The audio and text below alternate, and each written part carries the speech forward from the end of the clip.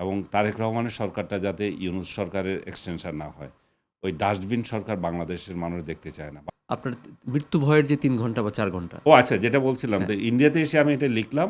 লেখার পর পরদিন তো এটা কলকাতায় একদম ইয়ে হয়ে গেল। মানে হট কেক হয়ে গেল। তালেবানদের হাতে বন্দি আমি বুঝলাম মৃত্যু ভয় কী।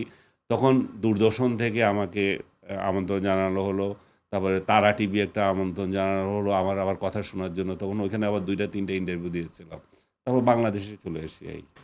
আমি ওইখান থেকে আমি যখন আ কলকাতা সরি পাকিস্তান ছেড়ে দিচ্ছি, তখন আমি ওই ডেসপাচ দিয়েছি যে আমাকে বন্দি করা হয়েছিল এবং এই ঘটনা। মানে ইন্ডিয়ার পেপারে লেখার আগে বাংলাদেশী পেপারে লিখেছি। তখন আমি আজকের কাগজের জন্য কাজ করতাম। ডেইলি আজকের কাগজ। যদি এটা নিয়ে কোনো বায়োপিক তৈরি হয়, তাহলে আপনি আপনার চরিত্রে কাকে দেখতে চান? হায় আল্লাহ! আমি তো এই যে আমি এটা লিখেছি ঐদিন। আমি 'দম' সিনেমা দেখতে গিয়েছিলাম। আমি সিমিলারিটি পাচ্ছিলাম।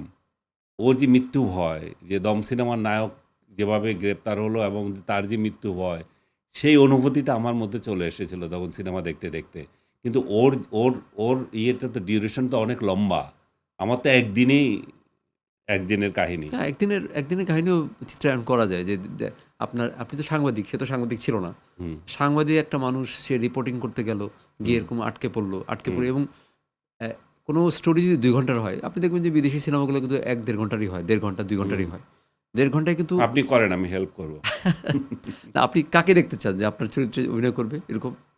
আমার চরিত্রে বাংলাদেশী নায়ক তো আমার মধ্যে দেখি না আমি কাউরে। নতুন কেউ হতে পারে। মানে পুরনো কাউকে দেখেন না। পুরনো কেউ দেখছি না। অলরেডি একটা করে ফেলছে। এই যে নিশো করে ফেলছে। নিশু করে ফেলছে। ও নিশোর সাথে আমার অনেকটা হতো আরকি, মিল হতো। নিশু আমার পছন্দের। ওর সাথে জিমে মাঝে, মাঝে দেখা হয়। না, নিশো আমারও খুব পছন্দের। হুম। সো সে সে তো করে ফেলছে সে কোনো অলরেডি। আর হবে না। একই জিনিস তো আর বারবার হবে হয় না না। বা আমার কাঠামোতে মিলে এরকম সাকিব খান আছে কিন্তু তাকে আবার এই ধরনের ক্যারেক্টারে যায় না। সাকিব খান পারবে আমার মনে হয়। সাকিব খান আসলে এমন একটা ট্যালেন্টেড মানে ছেলে, সে না তাকে আপনি দেখছেন সে কোন ফরম্যাট থেকে কোন ফরম্যাটে চলে আসছে। করলে সে করতে পারে, অসুবিধা নাই। সে কিন্তু করতে পারে। শাকিব খানের সাথেও আমার জিমে দেখা হয় মাঝে মধ্যে। হতো, এখন সে ওই জিমে যায় না। আ তারপরে সাকিব খানের সাথে আমরা একটা যোগাযোগ করতে পারি এটা একটা নিয়ে যে পার্টিতে দেখা হয়েছে, ২ একটা পার্টিতেও দেখা হয়েছে। ভালো, ওকে আমি পছন্দ করি। ওদের সবাইকে পছন্দ করি আমি এদের। শাকিব খান করতে পারে। তো না, সে ভালো হয় আরকি। আমি একটু ওই একটা জিনিস নিয়ে আমি প্রায় শেষের দিকে চলে আসছি। গল্পগুজব এরা করতে বেশিক্ষণ দেয় না। তাড়াতাড়ি শেষ করতে বলে। পডকাস্টটা আসলে একটু লম্বাই হলে ভালো হয়। তো ওই যে আমি যেটা বলতে চাচ্ছিলাম, আপনি ২০০৩ এ যে ইরাকের যুদ্ধের সময় যে কাভার করছিলেন, যে কাভারটা ছিল, ওইটা কিন্তু আমার মনে আছে খুব স্পষ্ট। তখন দেখতাম যে একটা মানুষ, আপনি খুব মানে সুপুরুষ আমার কাছে মনে হতো আরকি। এখনও আপনি সুপুরুষ। একটা সুপুরুষ একটা মানুষ ওই ইরাকের বোম্বিং হইতেছে। ইরাক যুদ্ধ তো ভয়াবহ একটা ব্যাপার ছিল। No doubt. আমি বলছি, এই লোকের কি কোনো কাজ নাই? তখন আমার মনে হয় আমি সম্ভবত মাস্টার্স করেছি। আমি একটা কলেজ-টলেজে মনে হয় পড়াই বা এরকম কিছু একটা। যে এই লোকের মানে এত সাহস দেখায় কি লাভ? একটা বোম লাগলে তো সে মারা যাবে। ওইটা আমাকেও অ্যাসাইনমেন্টে দেওয়া হয়েছে। আমার এডিটর ছিলেন কাজী শাহেদ আহমেদ। উনি ওইটাতেই দিয়েছেন যে, "তুমি আফগানিস্তান করেছো, তোমার সে অভিজ্ঞতা হয়েছে, তুমি এটাতে যাও।"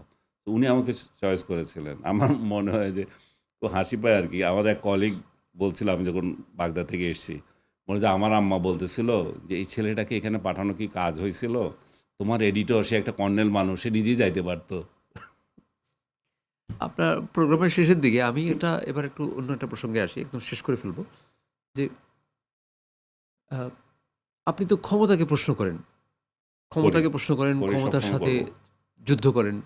তো বর্তমান যে সরকার, হুম, বর্তমান সরকারকে প্রশ্ন করার সময় হয়নি এখনো। না। কিন্তু তাদের উদ্দেশ্যে কি আপনার কোনো অ্যাডভাইস আছে? খুবই গুরুত্বপূর্ণ অ্যাডভাইস, ধরেন খুব সারমর্ম আকারে যে এইটা করা একটাই উচিত। অ্যাডভাইস আছে। তারা যাতে ইউনূসের এক্সটেনশন না হয়। ইউনূসের শাসনের এক্সটেনশন যেটা আমি বলছিলাম বারবার বলছি। শেখ হাসিনা 111 এর এক্সটেনশন ছিল। যার পরিণতি সে ভোগ করেছে। এবং তারেক রহমানের সরকারটা যাতে ইউনূস সরকারের এক্সটেনশন না হয়। ওই ডাস্টবিন সরকার বাংলাদেশের মানুষ দেখতে চায় না। বাংলাদেশের মানুষ দেখতে চায় একটা ঐক্যবদ্ধ সমাজ, ইনক্লুসিভ সোসাইটি, যেখানে সাম্য থাকবে, যেখানে আইন থাকবে, বিচার থাকবে, যেখানে মানুষ নির্ভয়ে বসবাস করতে পারবে। আজকে বাংলাদেশের প্রতিটি গ্রামে আপনি যান, কোনো না কোনো পরিবারের লোকজন আ আতঙ্কে আছে, ডিসপ্লেস আছে, হ্যাঁ? ইন্টারনালি ডিসপ্লেস পিপল এগুলা, হুম? এখন আপনার বাড়ি যেখানে আপনি সেখানে থাকতে পারছেন না। আপনি অন্য জায়গায় আছেন। আপনি দেশের মধ্যে আছেন কিন্তু অন্য জায়গায় আছেন। আর কোনো ব্যক্তি আছে দেশ পালিয়ে গেছে।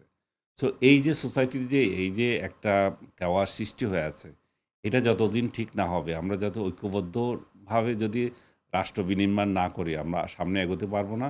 আমাদের প্রতিদ্বন্দ্বীরা অনেক বেশি এগিয়ে যাবে। অনেক আমি মানে এই কথাটা অনেক ইম্পর্টেন্ট। আমরা অনেক কথা আরও বলতে পারতাম। আনিস ভাই, আপনার সাথে আপনাকে অনেক ধন্যবাদ যে আমার এই শোটাতে কিছু প্রিয় অপ্রিয় প্রশ্ন, আমার মনে হয় যে প্রিয় অপ্রিয় মিলিয়ে কোশ্চেন করছি।